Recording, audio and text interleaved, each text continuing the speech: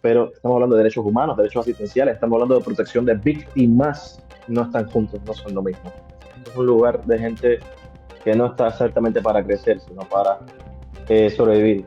Por supuesto, venimos de un país sobresaturado de instituciones políticas. Sí me pesa mucho que los cubanos acá pasamos mucho trabajo. Lo otro es como descubierto que existe UNICEF, que existen las Naciones Unidas, que existen los consejos europeos, que existen instituciones a las cuales usted puede venir, reportar, tocar la puerta, lo que la palabra libertad no sirve.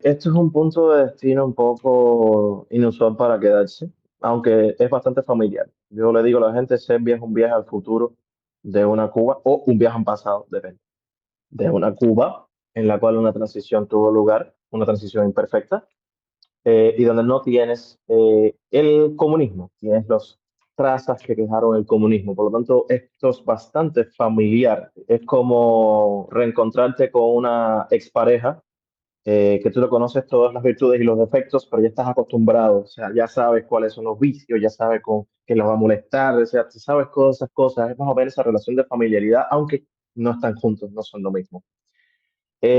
Acá, bueno, aquí se ha seguido desarrollando mi carrera profesional como abogado de derechos humanos, tanto para el tema Cuba como me he involucrado más, sobre todo en el tema de refugiados. Y Serbia es un punto de vista interesante, ¿sabes?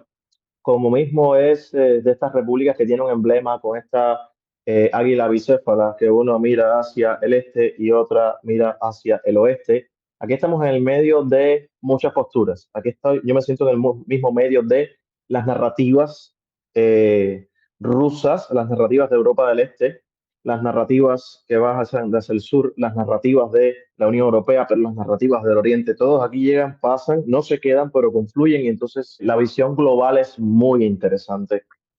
Y de momento acá, bueno, debo decir que sobrevivo pese a que no hay una comunidad cubana muy amplia. Sí me pesa mucho que los cubanos acá pasamos mucho trabajo, sobre todo los que no podemos sencillamente caer con una gran cantidad de emigrados que hay aquí de Cuba, que para nada están dentro de un espectro de una ciudadanía responsable.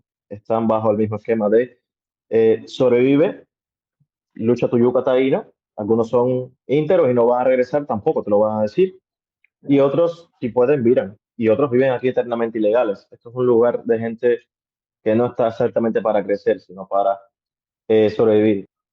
Había un relato muy asentado acá. Cuba, la isla paradisiaca, bella, había una posición pro la revolución porque tienen su problema con los norteamericanos, con el Estado norteamericano. Y entonces Cuba era como la... Y bueno, yo siento que en el tiempo que he estado acá, ya ahorita hará un año, 2 años que diga, entre todos ha cambiado mucho, mucho ese relato para el que tenga oídos y lo vea. O sea, esto ha cambiado mucho acá y es un terreno a conquistar que yo creo que se ha ido destruyendo un poquitico ese relato de Cuba la maravillosa. Yo llegué aquí, Cuba, qué lindo, y ahora yo me encuentro y dice, Cuba, qué lugar más bonito. Es una lástima todo lo que está ocurriendo.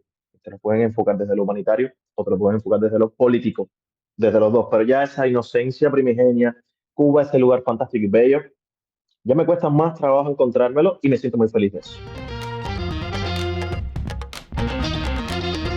Yo lo que he apreciado es que con esta última oleada hemos aumentado la conciencia de acceder a las instituciones. Por ejemplo, había una dinámica, ¿no?, que teníamos. Por supuesto, venimos de un país sobresaturado de instituciones políticas, a todos políticos, y donde tu sueño es acceder a un político que te escuche, y eso es lo único que no vas a tener. Un país político donde nadie te va a escuchar, si acaso te escuchan para aplastarte. Y creo que sobresaturábamos mucho las vías del acceder al político. Voy a acceder al político del partido tal, acceder a la institución política tal. Y me llama la atención de que los cubanos hemos descubierto en Europa, sobre todo, que es un terreno a conquistar, pero Estados Unidos ya está al lado nuestro, aunque bueno, no hay que dormirse, no hay que dormirse porque hay cada postura ahí que no sé si van de lo ingenuo a lo oportunista. Pero bueno, en Europa lo que he visto es que, bueno, descubrimos que el Poder Judicial existe, que es independiente del partido que esté en el poder y que determinados hechos tú los puedes denunciar y les puedes, del sentido más noble y menos violento posible que se puede decir, partirle la pata. a aquel que es un agresor y le hemos podido limitar las opciones de jugar sucio en el terreno contra nosotros. Eso lo hemos descubierto. Ha habido como 2 o 3 demandas en un tiempo y eso está muy bien.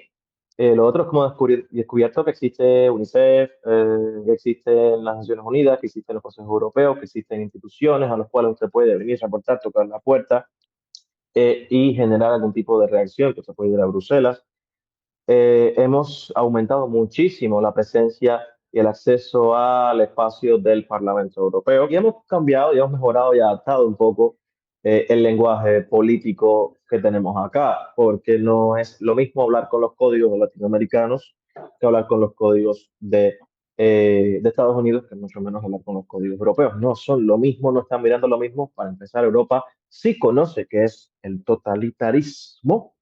Cuba, o sea, en América completa, nadie sabe qué cosa es el totalitarismo, excepto nosotros. Saben que es una dictadura, saben que es el autoritarismo, pero totalitarismo no lo conocen. Europa sí, y hay huellas, y eso puede hacerte empatías de diferentes grupos. En lo que yo siento que todavía nos falta es en el experimento mental siguiente. Vamos a hacer un stand o un comercial o una entrevista y vamos a llamar la atención de determinados sectores de determinado país o comunidad por la causa cubana. Aparte del relato, ¿qué les voy a ofrecer? Porque seguro va a venir alguien, y muchas veces me lo he encontrado, que viene alguien y te dice, ok, ya te entendí, estoy de acuerdo contigo, ¿qué hago para ayudarte? Y ahí yo siento que, de nuevo, estructuralmente, más allá de las iniciativas individuales, más allá de determinadas cosas como el boicot de, por Dios, no viajes a Cuba, y si viajas a Cuba, no viajes a un hotel de la dictadura, y si ya de paso vas y le puedes llevar una javita de medicamentos a la comunidad o visitar a un preso político o la familia de un preso político, oye, me ayudaste mucho, pero más allá de estas cosas que tal vez están muy claras y, ojo, alguien puede no tenerlas, te van a preguntar y decir, bueno, pero ¿qué hago yo para involucrar? Yo lo que siento es que nosotros tenemos que la palabra libertad y la lucha por la libertad de Cuba nos ha comido completamente la visión de derechos. Incluso materialmente estoy contratando que la palabra libertad no sirve como único relato para orientar la lucha por los derechos cubanos, porque libertad de qué, libertad de qué, somos una isla independiente, no podemos seguir mencionando el relato como si nosotros no fuéramos un Estado internacionalmente reconocido e independiente, lo somos desde 1902. ¿Para qué seguirlo repitiendo? El problema son los derechos, derechos humanos, derechos asistenciales, que eso es otra batalla que no se tiene claro en qué se quiere, pero estamos hablando de derechos humanos, derechos asistenciales, estamos hablando de protección de víctimas. ¿Qué cosa es una víctima? Y yo he experimentado esa visión de que una vez que sales, ya, todo está bien. O sea, usted no tiene que pagar renta, usted no tiene que encontrarse con un ambiente que usted no conoce el idioma, usted no tiene que adaptarse, buscar luchar permiso de trabajo, encontrarse la discriminación, encontrarse el aislamiento. No, usted ya no es importante porque ya te salvaste. Da igual. El sistema, la mentalidad que impera entre la comunidad cubana es la de un emigrado.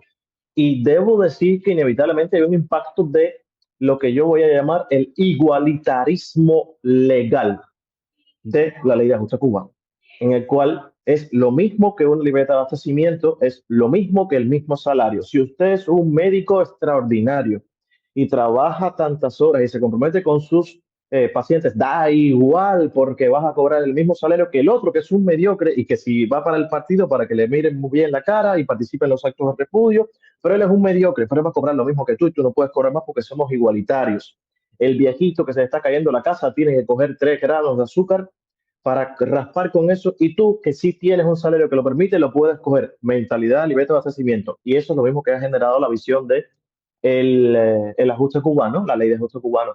Si usted era comunista, si usted era del partido, si usted era de los grupos de respuesta rápida, si usted tiró piedra y le partió la cabeza a alguien, da igual, estás en la misma igualdad de condiciones del que salió por su camino a mirar que tenía una situación económica ardua, vamos a hablar de un caso humanitario, que estaba solo allá, o si usted era un luchador por la independencia, por la libertad, o un luchador por los derechos humanos o activista, si usted estuvo preso y necesita un reasentamiento, no, estás en la misma posición. Da lo mismo. ¿Qué es lo que pasa? Bueno, que en la práctica el que tiene menos lastre llega más fácil. Si usted se quema 150 horas para su consulta y atiende bien a sus pacientes y se esfuerza, usted al final queda en desventaja frente al que no se esfuerza tanto, tiene tiempo libre porque le importa tres pepinos y además tiene la ventaja de que el partido le va a facilitar todo y a ti no. Es lo mismo, usted llega más rápido. Una persona insertada dentro del aparato y que nunca puso en riesgo su integridad por el interés ni el bienestar del derecho de nadie, que el que realmente tiene que ser protegido en primera instancia. Eso no existe, ese igualitarismo. Resultado, el embudo se ha convertido en que salir afuera es una visión desde el punto de vista del emigrado económico, no del refugiado. Y el refugiado es el que merece protección porque no la puede encontrar en su país por diferentes campos de persecución o riesgo para sus derechos o su vida. Y eso cuando sales es aplastante. En Europa existe esa conciencia, pero nosotros no la tenemos, al punto de que he visto lo que se le ocurre a los cubanos es aplicar y tratar de moverse como si fueran migrantes en vez de como refugiados cuando son víctimas de persecución. Y el otro caso, víctimas de nada, personas que necesitan para su bienestar o para su futuro cambiar de locación, que se tratan y se conducen como si fueran víctimas de una persecución que nunca los golpeó. La palabra libertad, por desgracia, no lo cubre todo.